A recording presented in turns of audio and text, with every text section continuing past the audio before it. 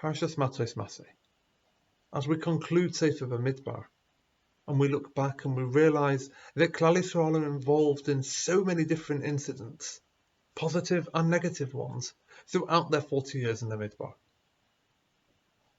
From the counting of the Jewish people to the Chanukas HaMizbeach, the Meraglim, Korach's rebellion, Balak trying to curse out the Jews, the story of Pinchas killing Zimri, Miriam telling Lashon Hara about Moshe, Miriam dying and the well drying up, and Moshe hitting the rock.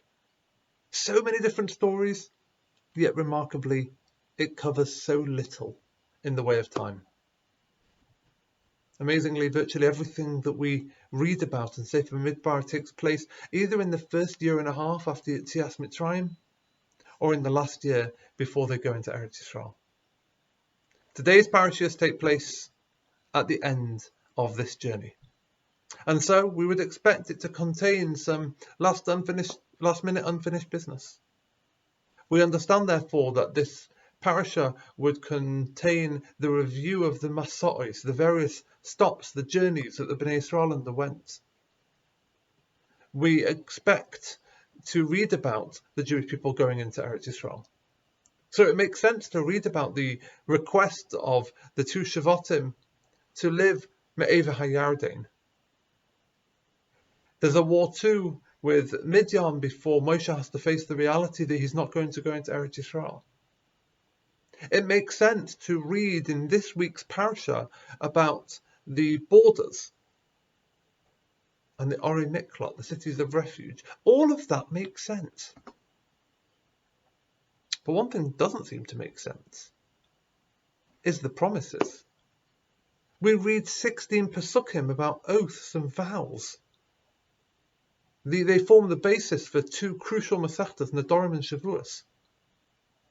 Yom Kippur begins with Kol Nidre. Clearly this is something really important, but what's it doing here? Maybe it should be in a parasha like Parshas Kedoshim. Why is it here? Rashbam, Rashi's grandson, asked the question. Rashbam's Peshat is that simply this parasha is a continuation of the last. We end Parshas Pinchas by mentioning Nedavos. We're talking about the various korbanos that the Jewish people had to bring. And the Pasuk tells us that Eile tasu l'Hashem b'mayadechem, these korbanos you should give on your Yomim Tovim, levad minidrechem minidvaisechem, besides for the various korbanos which you committed to give. Oh, we're talking about commitments.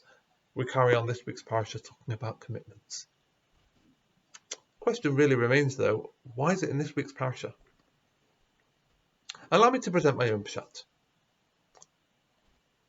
Let's think back.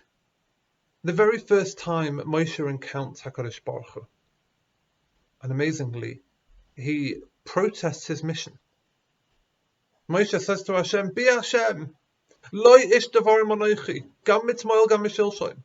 I am not a man of speech. I never have been. I don't have that ability. And now you're speaking to your servant. I still can't. Ki chavad peh chavad loshen anochi. I am slow of speech and slow of tongue. I can't complete this mission. Moshe identifies as an Ish Mitzri, not as an Ish Devarim, as an Egyptian man, not a man of speech. So we're all familiar with the Medrash that we learn in primary school about how the Malach came along and he moves Moshe's hands away from the jewels to the burning coals, and Moshe puts that to his lips, which is how he burns them. But really this is the story of Moshe Rabbeinu, who transforms, who grows from being a Lo Ish Devarim, a man of no speech, to the ultimate Ish Devarim. If Art Scroll were to do a biography of Moshe, they would tell us he was born great and he didn't have to work on himself. But the reality, of course, is radically different.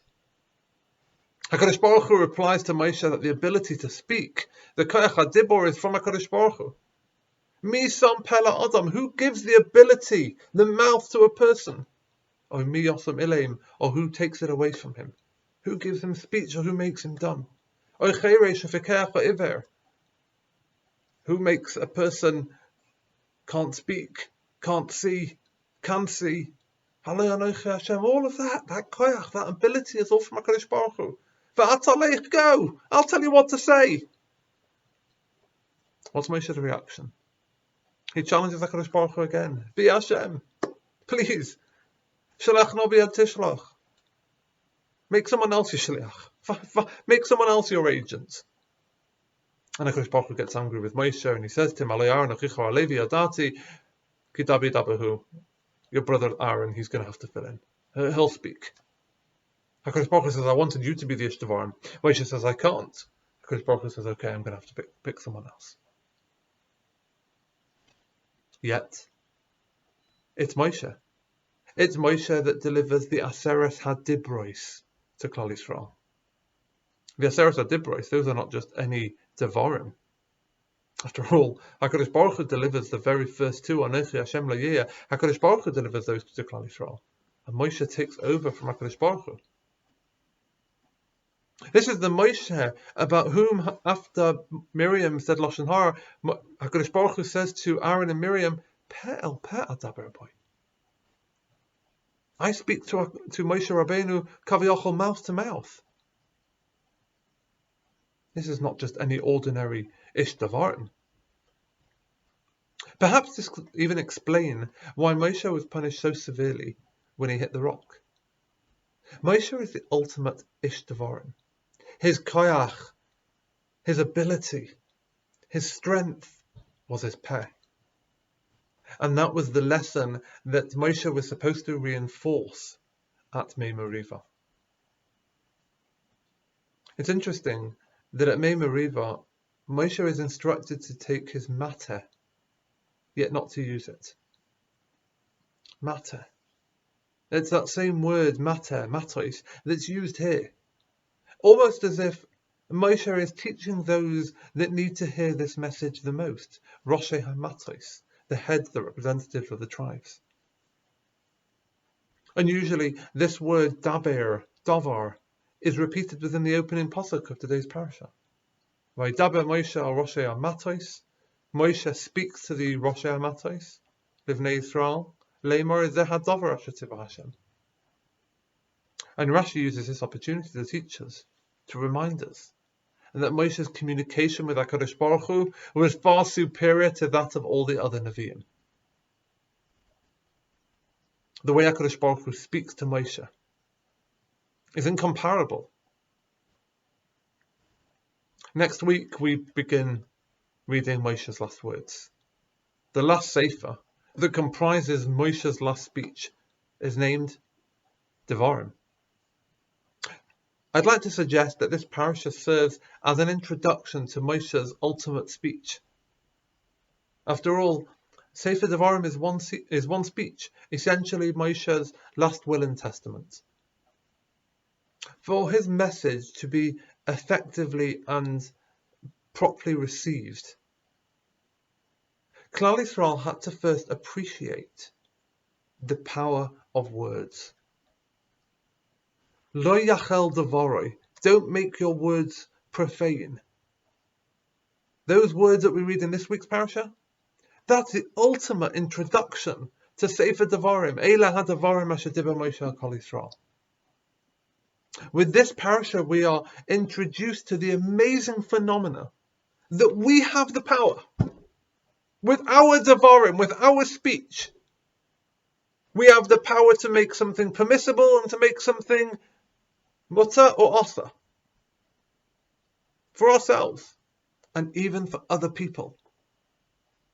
Such is the koyach hadibor that we have been granted. Up until now, Klal Yisrael have looked up to Moshe. They've seen him as the ultimate Ishtavarm. Wow, Moshe delivers the Aseret HaDibros. But that's not enough. It's only when Klal Yisrael appreciate that we too have been given that unique koyach hadibor. Only then can we be ready to hear Moshe's last words and take leave of him. Last week I spoke about the quality of timidius, regularity, that was essential for Yeshua to have in order to lead Klal Yisrael into Eretz Yisrael. I believe, though, that speaking properly was essential for all of Klal Yisrael. In his Hakdama, in his introduction to his Sefer, the Chaim writes, although the Gemara in Yoma famously tells us that the Chorban, the destruction of the Beis Hamikdash, was as a result of sinas chinam, of baseless hatred, the catalyst for it was actually Lashon Hara, the way people spoke to and about each other. We've got to read this parasha, therefore, not just one which Klal Yisrael needed to hear back then before going into Eretz Yisrael, but one which we need today. We need to hear today in order to be Zoche in our times to the Geula Shlema, to go back to Eretz Yisrael. B'mhira b'yameinu. A wonderful Shabbos.